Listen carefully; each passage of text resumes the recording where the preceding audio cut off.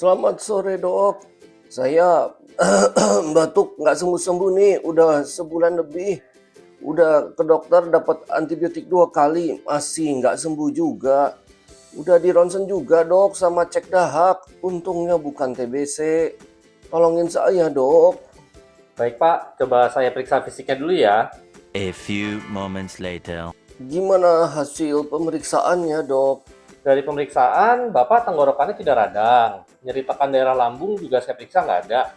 Berarti ini batuknya bukan karena faktor dari lambung. Nah, dahak memang saya ada dengar sedikit Pak di paru. Terus bunyi mengi-mengi kayak khas asma gitu juga nggak terlalu jelas sih. Tapi memang suara paru Bapak pas buang napas terdengar agak memanjang. Masih mungkin memang semacam asma, tapi derajatnya masih ringan asmanya ya Pak. Wah, asma dok. Waktu kecil sih kayaknya memang punya asma. Tapi pas udah dewasa udah nggak pernah kambuh. Emang bisa ya dok kambuh lagi pas udah tua begini?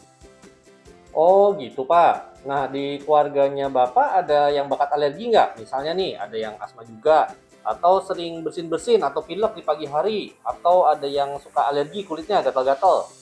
Ada dok, saudara saya ada yang begitu. Orang tua saya juga kebetulan asma. Wah kalau gitu memang sangat mungkin ini batuknya karena asma kambuh Pak. Apalagi mengingat riwayat ada keturunan alergi yang cukup kuat genetiknya. Lalu Bapak sendiri juga riwayatnya pernah asma. Nanti kita periksa dengan spirometri atau ya uji fungsi paru ya untuk memastikan. Baik dok, berarti ini saya perlu dikasih obat batuk sama obat semprot yang dipakai kalau pas sesek itu ya dok? Untuk obat pengencer dahak nanti saya resepkan. Nah, kalau panduan yang sekarang Pak untuk asma, untuk obat yang disemprot kalau pas lagi sesak aja, itu sebenarnya sudah tidak direkomendasikan untuk penggunaan tunggal. Kalau sekarang dari awal terapi itu harus diberikan controller namanya, pengontrol untuk meredakan peradangan di saluran napas akibat reaksi dari asmanya.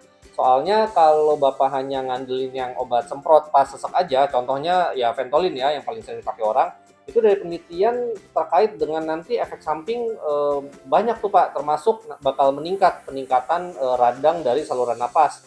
Terus nanti kalau sering pakai itu juga ya lebih dari 3 botol tuh ya dalam setahun ya karena sering kambuh, nanti diteliti resiko kekambuhan asmanya tuh bahkan lebih berat dan resiko kematian juga meningkat akibat asma.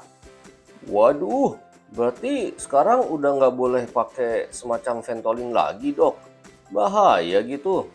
Masih boleh Pak, tapi nggak boleh tunggal. Harus dengan terapi pengontrol peradangan. Nah, kalau sekarang yang disaranin ini adalah penggunaan steroid hirup dan dikombinasi dengan formoterol. Ada tuh yang udah dalam satu botol. Nah, ini juga bisa dipakai untuk meredakan asmanya yang lagi kambuh juga.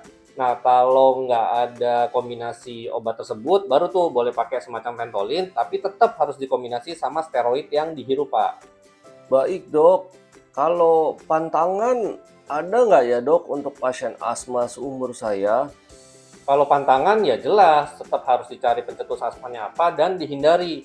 Bapak ada ngeh nggak nih pencetus asmanya sebulan belakangan ini apa? Dingin, debu, bulu binatang, atau makanan minuman tertentu? Hmm, kayaknya nggak ada sih dok. Eh, tapi kalau diinget-inget, kayaknya kalau saya habis hubungan sama istri, batuknya jadi mendingan sih dok. Nafas juga jadi lebih lega. Hah? Maksudnya kalau Bapak rutin hubungan, asmanya jadi terkontrol gitu? Kayaknya begitu dok. Saya sebulanan ini emang belum dapat jatah sih dok. Soalnya istri lagi ngambek. Oh, pantesan. Kalau gitu saya turut berduka ya, Pak.